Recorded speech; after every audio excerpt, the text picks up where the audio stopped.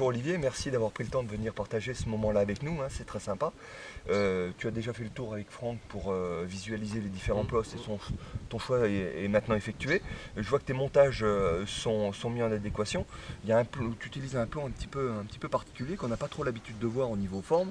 Tu peux nous expliquer pour quelle raison est-ce que tu as choisi ce plan et ce type de montage? Donc voilà, ce plomb c'est le plomb marin. J'ai pris cette option pour deux raisons.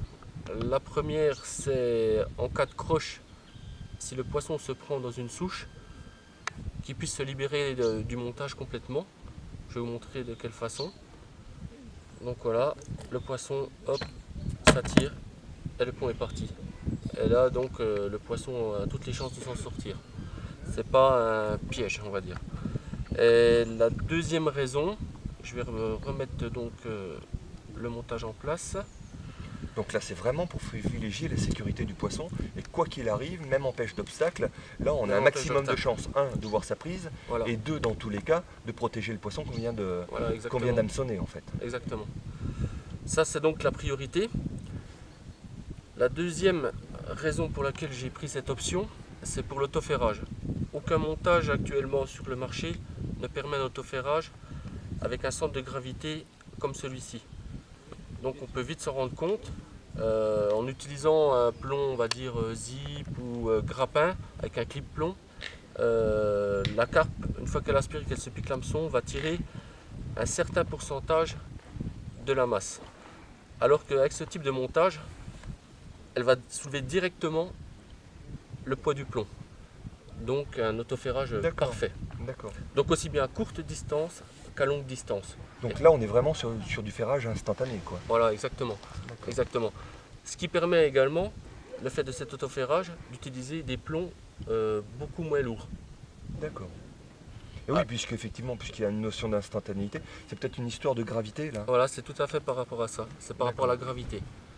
Voilà, le système d'attache est donc situé légèrement vers le milieu. Donc, ce qui permet un autoforage parfait. Donc, le fait aussi de pêcher avec un plomb, pour moi, un plomb plus léger, limite les risques de décroche. On s'est rendu compte pendant ces années qu'à plus on mettait un plomb lourd, à plus on avait des soucis de décroche. Par la même occasion, ça permet de pêcher avec des bas de ligne un peu plus courts si on le désire. Pour éviter ces notions de balancier peut-être. De balancier, voilà, et d'abîmer la bouche des poissons.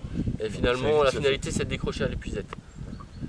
Donc voilà, donc un plomb vraiment ingénieux, hein, qu'on doit tout à Michel et à Philippe. D'une part.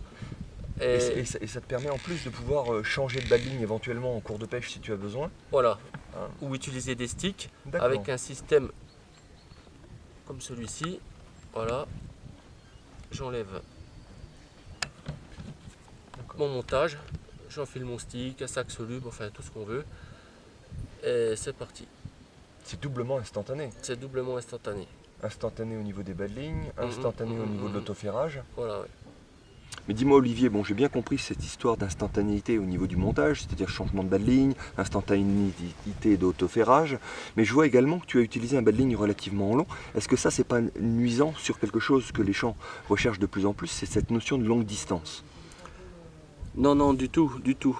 D'ailleurs, en compétition, je vais en profiter pour vous donner une petite combine.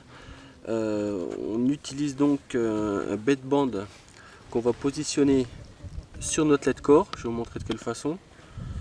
Donc, hop, je passe un simple nœud coulant, je ferme le chat de mon aiguille.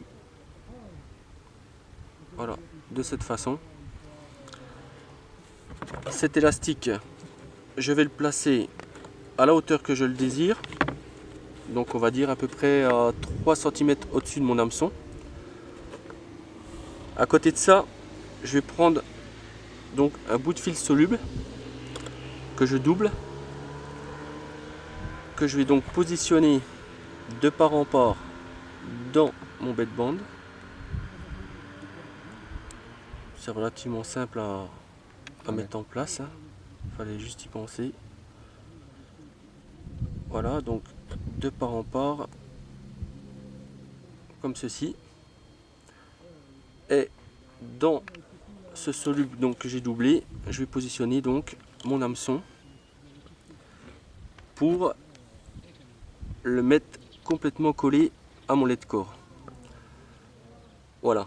Et de cette façon donc le plomb va partir en premier et la longueur du bas de ligne ne gênera en aucun cas la distance de pêche. Ça permettra de gagner, en règle générale on constate qu'on peut gagner à peu près une dizaine de mètres. Mais sur des distances très élevées, c'est énorme. Donc voilà une petite combine. Pour la peaufiner, je reprends un autre bout de fil soluble que je positionne juste en bas de mon connecteur avec un simple nœud.